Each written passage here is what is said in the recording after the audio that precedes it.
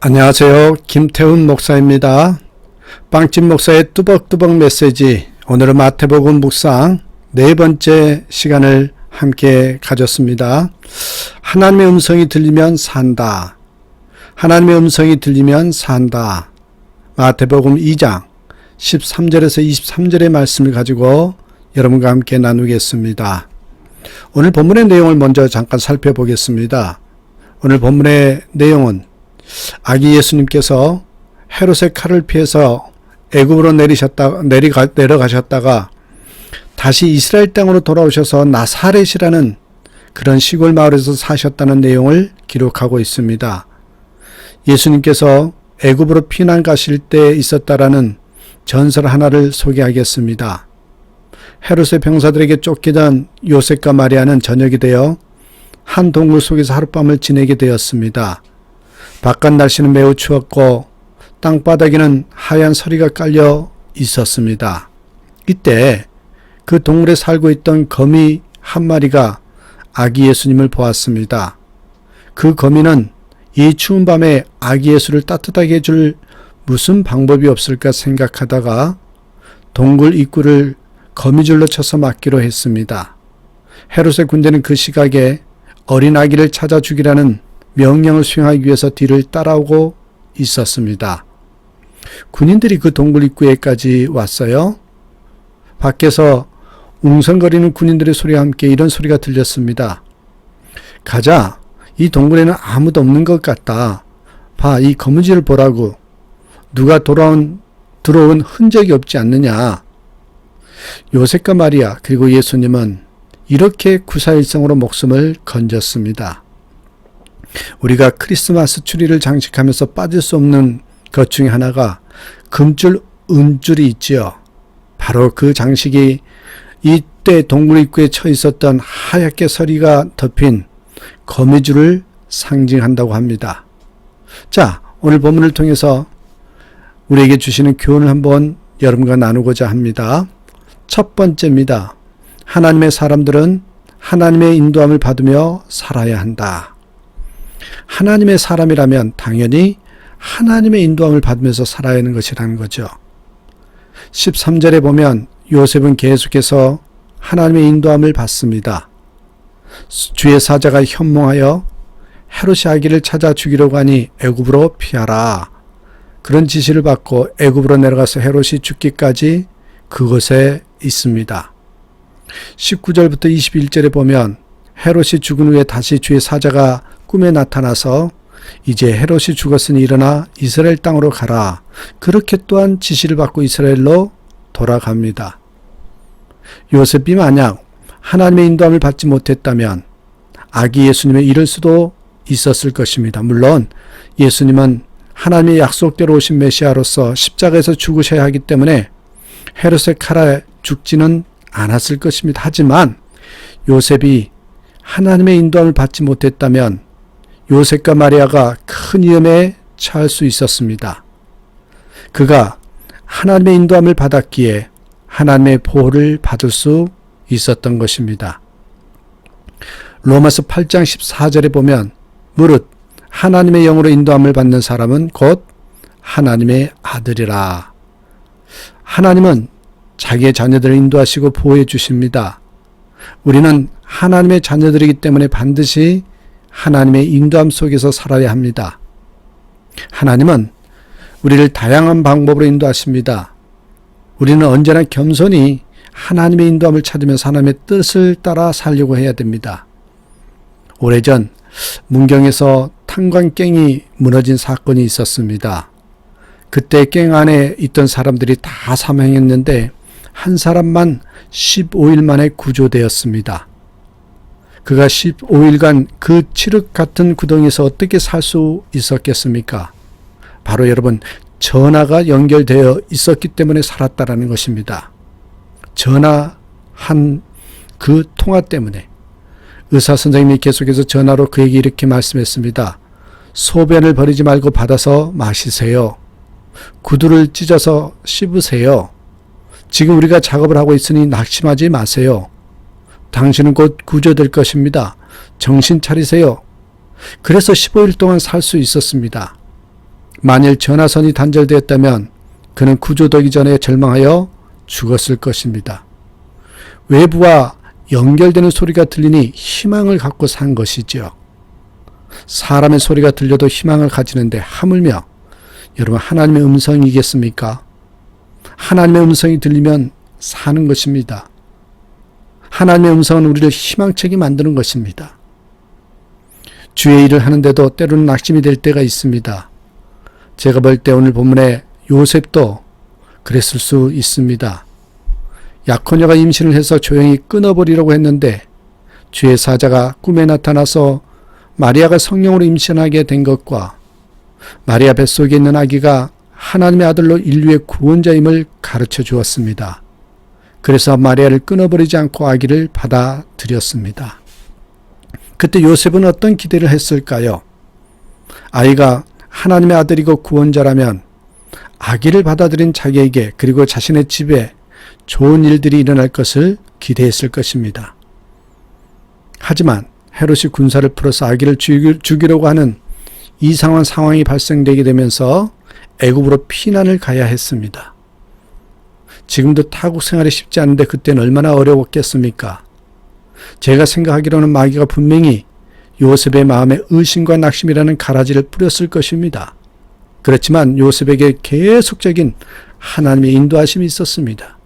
요셉이 계속적인 하나님의 인도하심을 보면서 상황은 좋지 않게 전개되는 것 같아도 지금 하나님의 인도하심 속에 잘 가고 있다고 믿게 되었을 것이고 그 믿음으로 낙심을 극복했을 것입니다. 인도의 선교사였던 스탠리 존슨 선교사님의 이야기입니다. 아무리 전도해도 사람이 받아들이지 않는 거예요. 그래서 답답해서 탈진 상태가 왔습니다. 급기야 쓰러지고 말았습니다. 그러던 중에 하나님의 음성이 들렸습니다. 왜 쓰러져 있느냐? 아무리 전해도 듣는 사람이 없습니다. 스탠리 존슨 선교사가 이렇게 대답하자 또 하나님의 음성이 들렸습니다. 이 사과나무를 보아라. 햇빛이 그렇게 뜨겁게 비추고 농부가 거름을 아무리 열심히 주어도 7년 되어야 사과를 맺지 않니? 지금 열매가 없다고 낙심하지 말아라. 그는 이 음성을 듣고 다시 일어나 일해서 큰 선교사가 되지요. 그가 만약 하나님의 인도함을 받지 못했다면 인도에서의 선교사를 접고 본국으로 돌아가고 말았을 것입니다. 하나님의 인도함을 받는 사람은 하나님의 뜻을 이룰 수 있습니다. 요셉이 하나님의 인도하심으로 애굽에 내려갔는데 그것은 15절에 보면 선지자를 통해서 말씀하신 애굽으로부터 내 아들을 불렀다. 애굽으로부터 내 아들을 불렀다라는 말씀을 이루게 된 것입니다. 또 요셉이 하나님의 인도함을 받고 이스라엘로 돌아가서 나사렛에 거했는데요. 이건 역시 17절 말씀대로 나사렛 사람이라 칭하리라는 말씀을 이루게 된 것입니다. 그렇습니다, 여러분. 하나님의 인도하심을 받으면 다 살아나게 되어 있다는 것이죠. 그래서 우리가 신앙생활하면서 인생을 살아가면서 매일매일마다 하나님의 말씀이 필요한 것이고 그 말씀 속에서 하나님의 인도함을 받는다면 그보다 더 기가 막힌 인생은 없을 것입니다. 하나님의 인도하심 가운데 살아가는 저와 여러분 되시길 간절히 부탁드립니다. 두 번째입니다, 여러분. 오늘 본문을 통해서 다음 세대를 차지하는 것이 영적 전쟁이다. 이런 말씀으로 두 번째 메시지를 전합니다. 사단은 헤롯을 통해서 아기 예수님을 죽이려고 했습니다. 왜냐하면 33년만 지나면 아기 예수님이 죽으시고 부활하셔서 인류 구원의 길을 열어놓을 것을 알았기 때문입니다. 모세가 세상에 태어났을 때에도 사단은 바로를 통해서 다음 세대를 죽이려고 했습니다. 그때 모세도 죽을 뻔했습니다. 만약 모세가 그때 죽었다면 80년 후에 모세를 통해서 이스라엘 백성들을 종살이 하던 애굽에서 구원하고자 했던 하나님의 뜻이 이루어질 수 없었습니다. 사단은 그것을 알았기 때문에 다음 세대를 공격했던 것입니다. 교회의 미래도 다음 세대에게 달렸습니다. 지금의 기성세대가 가고 나면 교회는 다음 세대가 남습니다. 그러므로 다음 세대 전도가 중요하고 다음 세대 교육이 중요한 것이죠. 마찬가지입니다. 가정의 미래도 자녀들 아닙니까? 다음 세대에게 달려 있습니다. 지금 나의 자녀들이 아브라함처럼 이삭처럼 믿음의 아이들이라면 우리 가문은 장차 믿음의 가문이 될 것입니다. 지금 우리의 아이들이 세속적이라면 우리의 가문의 미래는 세속적일 것입니다. 가문의 미래가 아브라함의 가문처럼 믿음의 가문이 되기를 원한다면 우리 가정에 이삭을 세워야 합니다. 통계적으로 볼 때 교회에 나오는 사람의 55%가 20살 이전에 신앙을 가졌던 것으로 조사되었습니다. 60세 이상이 돼서 예수 믿는 사람은 1%도 되지 않는다는 것입니다. 나이가 들면 이미 마음이 굳어져서 하나님의 말씀을 받아들이지 않습니다. 어린이들과 학생들을 전도하고 양육하는 것은 여러분 미래의 리더들을 키우는 중요한 일입니다. 하나님 나라 확장하는 데 있어서 굉장히 중요한 것입니다.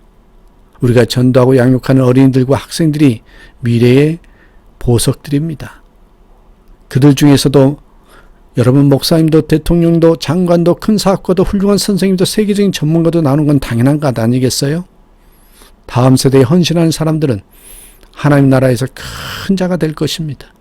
여러분 이렇게 다음 세대를 준비하는 자, 다음 세대를 위해서 마음에 쏟고 기도하고 또한 헌신하는 자, 참으로 대단한 분들입니다. 스코틀랜드 한 교회에서 실제로 있었던 일입니다. 1년이 지나도록 한 사람밖에 전도하지 못한 목사님이 계셨습니다. 그나마 그 한 사람도 어린아이 한 명이었습니다. 사람들은 모두가 무능한 목사님으로 여깁니다. 물론 본인도 자신의 사역에 대해 낙심해 있는데 전도된 그 어린이가 찾아와서 하는 말이 목사님, 제가 예수님을 영접한 후에 제 꿈이 바뀌었어요. 저는 선교사가 될 거예요. 제가 좋은 선교사가 될 수 있도록 가르쳐 주세요. 그래서 그 아이의 신앙이 잘 자라도록 열심히 가르치고 기도했습니다. 여러분, 그래서 이 아이가 훗날에 위대한 선교사가 되었는데 바로 아프리카의 선교의 대부인 모펫 선교사입니다. 그리고 여러분 이 모펫 선교사의 사위가 리빙스턴이라는 거 아십니까? 그가 모펫 선교사를 만나 위대한 아프리카 선교사가 되었습니다. 모펫 선교사를 양육한 목사님은 어린이를 양육한 것이 아니라 다음 세대의 리더를 양육한 것입니다. 사랑하는 여러분, 우리 자녀들을 위해서 꼭 기도해야 될 것입니다. 왜요? 그들이 다음 세대의 주역들이고 하나님 나라의 귀한 큰 자들이기 때문에 그렇습니다. 그래서 여러분 우리도 잊지 말고 기도해야 될 것은 우리 청소년들과 어린이를 위해서 기도해야 할 것입니다. 마지막 세 번째 하나만 더 보겠습니다. 내가 중요하게 여기는 것을 점검하라. 오늘 본문을 통해서 주시는 메시지, 한번 내가 중요하게 여기는 것이 무엇인지 한번 점검해보고 오늘 우리의 삶을 한번 돌이켜보는 그런 시간을 가졌으면 좋겠어요. 헤롯에게 가장 중요했던 것은요, 왕의 자리였습니다. 그에게는 왕의 자리를 지키는 것보다 더 중요한 것이 없었습니다. 그는 메시아로 오신 아기 예수님을 죽이려고 했을 만큼 왕위를 중요하게 생각했습니다. 그는 왕권을 지키기 위해서 베들레헴 지경에 살던 2살 이하의 어린아이들을 다 죽인 만큼 왕의 자리를 중요하게 여겼습니다. 역사의 기록을 보면 이 헤롯은 왕위를 지키기 위해서 자기 어머니와 아들까지도 죽인 비정한 인간입니다. 그가 왕권을 지키기 위해서 온갖 악을 자행했기 때문에 로마의 황제 아우구스투스는 그런 헤롯의 잔인함에 빗대어서 헤롯의 아들이 되는 것보다 개가 되는 것이 낫다라고 했습니다. 헤롯은 많은 사람들을 학살한 왕으로 유명합니다. 자기가 유대인의 왕이 되는 것을 반대한 사람들을 학살했는데 자기가 죽기 직전에 고관들과 관련된 사람들을 경기장에 모아놓고 자기가 죽는 순간에 처형하도록 하였습니다. 자기가 죽었을 때 아무도 자기를 위해서 울어줄 사람이 없을 것 같아서 유대 땅 전역이 슬퍼하며 울게 하기 위해서 그렇게 했다는 거죠. 그의 왕권은 영원하지 못했습니다. 20절에 보니 그의 죽음을 말합니다. 그는 수많은 사람들의 생명을 앗아가며 지키려고 했던 왕권을 놓고 죽었던 것입니다. 우리는 우리가 중요하게 여기는 것들을 점검해 봐야 합니다. 우리가 죽은 후에도 그것이 중요한 것일까? 한 번쯤 생각해 보셔야 합니다.